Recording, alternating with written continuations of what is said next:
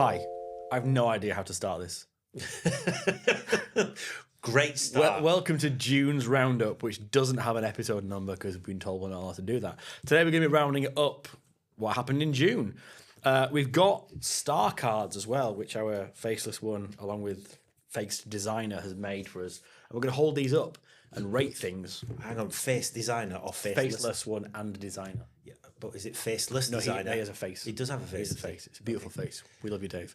Yep. As you can see, there's no expense spared with the production budget for this. It's double-sided. Look, Laminated, double-sided. full colour. That's where your management fees go, kids. To that.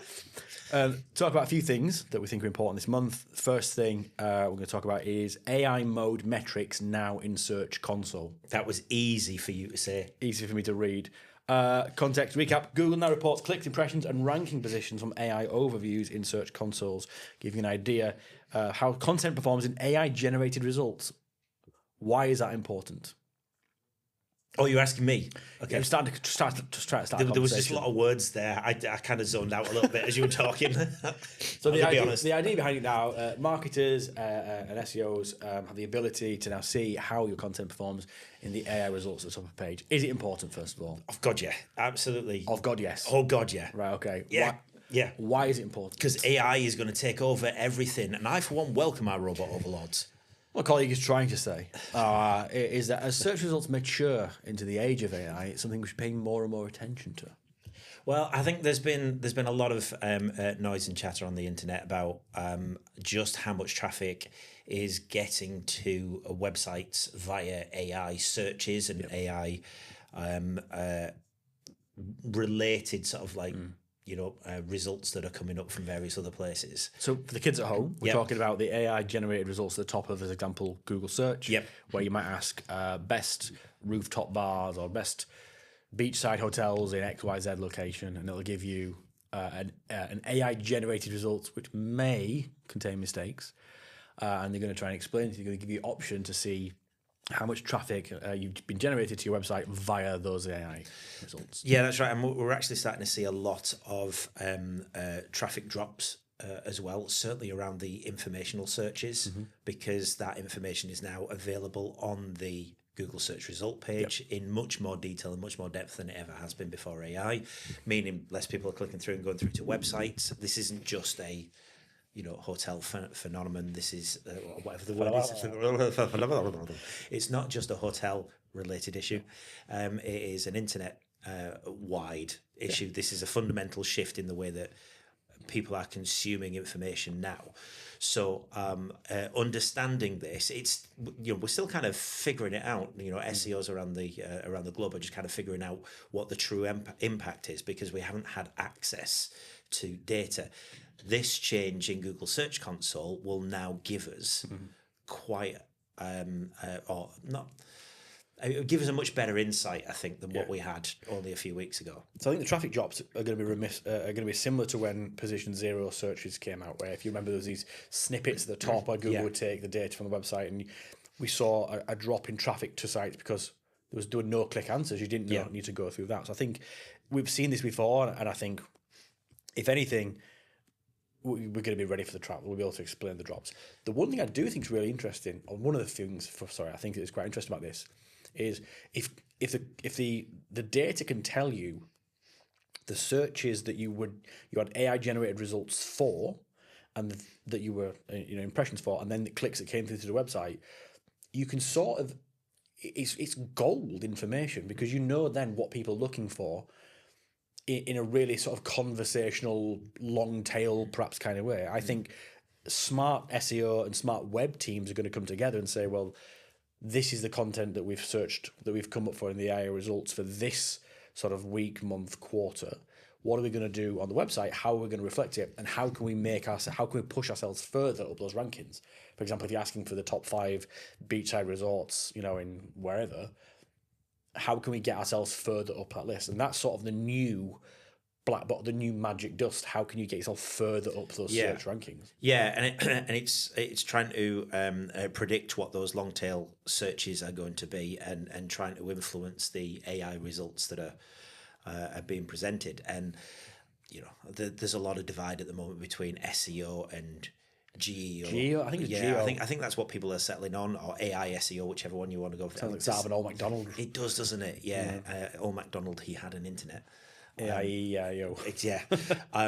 So I think there's an element of trying to figure out what the influencing factor is going to be there, and some people are saying that SEO and GEO are two very different things, but there is such a commonality and overlap. At the end of the day, forget about all of the technical stuff, forget about all of the things that people are going to sell you on, or you need to be on this or you need to be on that. At the end of the day, it's about content and answering questions. That is boiling it down to its very, very simple basis. It is. One of the things I'm enjoying seeing, it sort of harks back to the SEO of the late 90s and early noughties, where keyword stuffing in copy or having keywords in the same colour as your web page's background. The good old days. The good old bad old days, yeah. Where SEO was simpler. And I think you're going to see, it's going to be a race between, the content and the SEO, or the GEO team, and then the algorithms. For example, Google trying to work out who's gaming the system, and then they increase, and then so now we know how to game this system. We're going to see a little bit of that, I think, if it's not already happening. Well, you've got it with ChatGPT right now. I mean, obviously, I'm no expert in what goes on internally in their organisation. Nobody is unless you actually work there. Even then, You probably know a lot. Yeah, but there is little evidence to suggest that they've actually got a sophisticated SEO, like what would be classed as an SEO team inside OpenAI. So at the moment, they're concentrating on purely building their product. This really is back to the early days, as you're talking about there, when SEO was first coming in. So and obviously, I've been speaking to SEOs, and even SEOs on our team. They say, "Oh, well, we can't go and do that. That's black hat." I said, "Well, no. For AI, there is no hat." Because I, unfortunately, and yourself being that old, we can remember times before black hat was actually a hat. There was no hat. So we're in exactly it's a bit Matrix. What about a headpiece? Yeah, it was a suggestion. It was a well-styled quiff. A well-styled quiff. I don't think either of us have ever had a well-styled quiff, Chris. No AI generated well-styled quiffs, please. Oh please! Oh yeah, can we get one? No, we're not going to get one. I watched that so many times on LinkedIn. I know. Yeah, I got it a lot. Okay, so do we think it's important? Well, I believe we have numbers, and we've got how to rank important it. do you think it is? Well, I'm going to rank it an M dash, which is really important. I don't have an M dash. I've got a 1. You've got a 1 with a 1. I think it's really important, and I was trying to be ironic there. I don't know whether it worked. It sort of looks like a Lego handgun firing a little star. I'll take a Lego handgun. Okay, I think it's got a little. It's firing as well. I think it's 4. Yeah, I think it's 4. I think we should be paying attention to it. I do think it's going to form part of monthly reporting. Like, here's where you are in the conversation, the geo results. But I think it's too early in the day to work out how quickly we'll be able to action it. And if we are too far behind changes in algorithms, is there a point yet if it's moving too quickly? That's what I think. I think you're probably right. 4 seems I don't know. It's Google as well. I don't know if we can trust them. So maybe it's we'll have to go at 3.5. Okay. That was. Oh, was it 5.3? Yeah, that was okay. You've given it. It's 5.3 when I'm 35 stars out of 5. And a Lego handgun. This is why Trish doesn't report on numbers anymore to clients. Oh, I do. So you have 1.21 gigawatts of revenue. We think that's important. On the topic of trusting Google, we're going to segue really nicely into AI Max campaigns for Google Ads. Sorry, faceless one. We don't have a 0 star. Not that I'm giving my Not hand that we're away going to already. need a 0. I mean, you could do, if you really didn't trust them, 4 minus 5. If you really didn't trust them. I'm going to say, if I could just how about that one then? Yeah, -5. -5.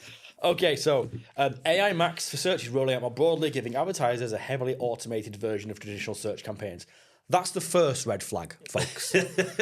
Okay, that's the first one. Because largely speaking, some cynics within the industry firmly believe that anything that's automated isn't to drive higher results, it's to get you to spend more money. Yeah. Now, not wanting to show my hand, tip my hat, and I'll leave you folks to decide that for yourselves. What do you think of these new campaign styles, Tris? Because it means that you are giving up control, you are giving up specific keyword targeting, and one of the options in these campaigns, as I understand, is for Google to replace a landing page you have sent traffic to with what it believes is a more relevant one for the user's query. Can you see that backfiring? Sorry, how many ways can you see that backfiring? 5 ways for it backfiring. Yep. Okay. I am a firm believer. No. Say what you really. No, I'm going to be careful really here, just so we don't get cancelled by Google themselves. A firm believer in having control over what you are bidding on, where you are sending people, and who you are sending. And I think, especially in this industry, where there's a lot of top of funnel and a lot of the research, being able to curate, not even curate, being able to define and dictate where advertising platforms send people you are paying them to acquire is a non-negotiable. Yeah, I agree. I couldn't agree. I couldn't agree anymore. I think, and you're talking about getting cancelled by Google. The only thing we have to really look on is past history. Google have got a incredibly bad habit of releasing a product when it's at 90% market fit. Yep. Whatever the numbers may be, but you know what I mean? So they have a one size fits all. They have we control the internet, therefore we dictate what it is. Take their SEO algorithm updates. They'll come out and say it affects less than 1% of the internet. Well, that's hundreds of thousands of websites, if not more. Good point. And the impact upon livelihoods and business and jobs is significant. So you've got one organization making sweeping changes that is, quite frankly, largely in their best interest to make these changes, not the people who are actually using the platform from a business point of view. That's I mean, the users, perhaps you can have that loose argument. When it comes to their paid product, that argument completely disappears, because I think that the only major benefits that people have from these changes are Google. And as you already said there, it's largely about making sure that advertisers are spending more money in the areas that they think are going to work 90% of the time. And unfortunately, the hotel industry is quite unique, and it doesn't quite conform with the rest of the internet, certainly with the way that people search when you throw in OTAs, when you throw in the fact that direct website is not the primary direct route for bookings or e-commerce as it would be for if you're selling widgets online or Amazon or eBay or whatever it's going to be. Okay, counterpoint. Are we as an agency providing management services just butthurt that Google is trying to replace us with a load of AI? No, yes, partly because I think, at some point in the future, Google will get it right. Or at least I hope they will, and I hope they get it right for the hotel industry. So there is that. There always is that potential, but right now we can see more holes in what they do. Yep. That it actually makes our life more difficult to deliver a premium service with a inferior product that Google is forcing you to use. For example, like go back to the days when you could do manual CPC. Manual CPC was everything because the automated systems weren't working. Then over time, Google decided that their automated bidding systems were better, but there was an overlap period where sometimes they weren't. But you were penalised for using manual CPC instead of enhanced CPC or whatever flavor it was. Yeah. So you were actually doing what was better for your client, but getting penalised because you were being a human and not a Google algorithm. Do you think we're moving towards removing match types? Do you think that's on the cards? I think we're virtually there, because if you listen to anything that Google tells you, oh yeah, put it broad. Yeah, because, the algorithm will work it out. Well, great, but it takes our money and the client's money to actually teach Google to work it out, whilst they, quite frankly, in many cases, to start with. Beep that out. But they're learning on your dollar. Look at PMAX. PMAX is the prime example that we've got here. In the research that we did, it was showing that when you look at the keywords or the top keyword topics that it was targeting, most of the revenue was coming from branded search terms, even though you explicitly had a branded campaign in there separate to it. And Google said, oh, we won't touch it unless the quality scores better in PMax. Well, spoiler alert, it's always going to be better because they can game their own system. But then when you were looking at the non-brand keywords and looking at the list in there, it was abundantly clear it was trying stuff out that even a half-decent digital marketer would never have put forward to start with. It just wasn't relevant for the business. Okay, so we're going to keep an eye on this?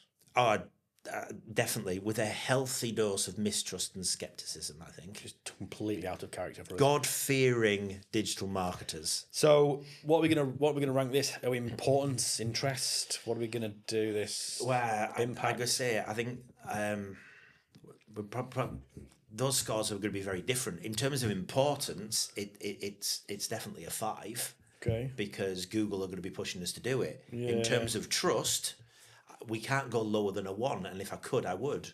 Yeah, no, importance, I'd probably go 5 or 4 because we're going to have to keep an eye on this, fully understand it. Wouldn't go guns blazing into it just yet, though. How's that sound? Yeah, that's about right. Okay. Definitely. Right. This is one I want to talk about. GPT adding UTM parameters to external links. Love that.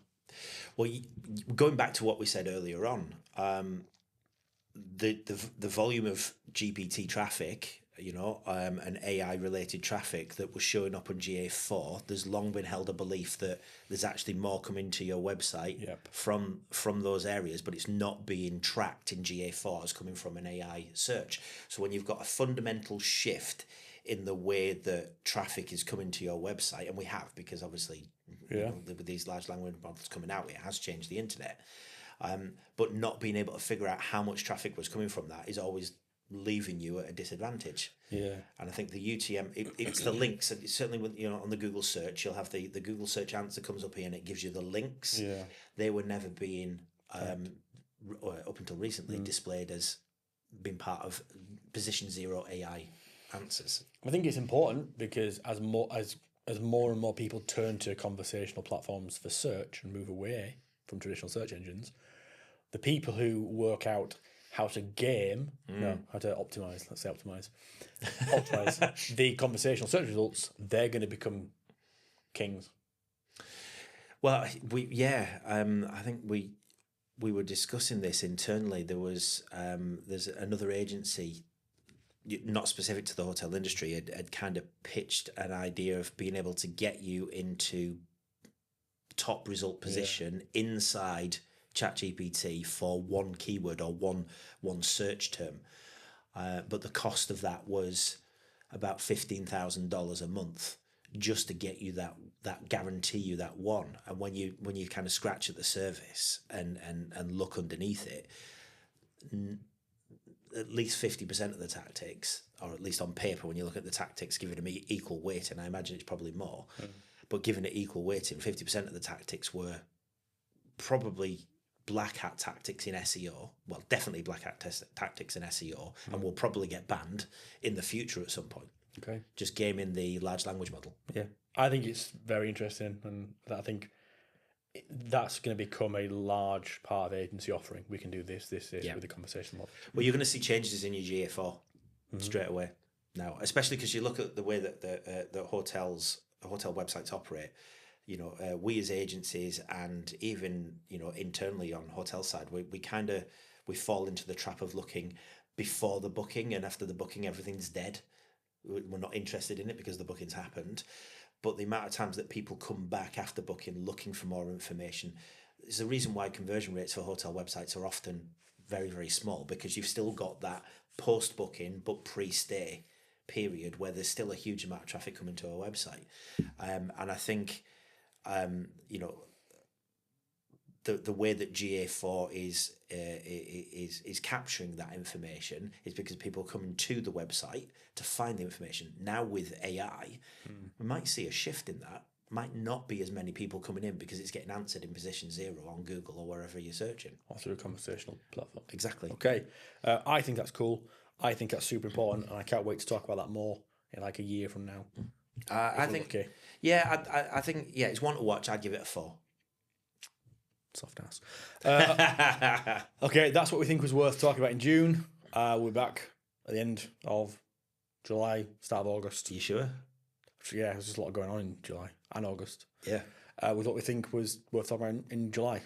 That's all. Thanks.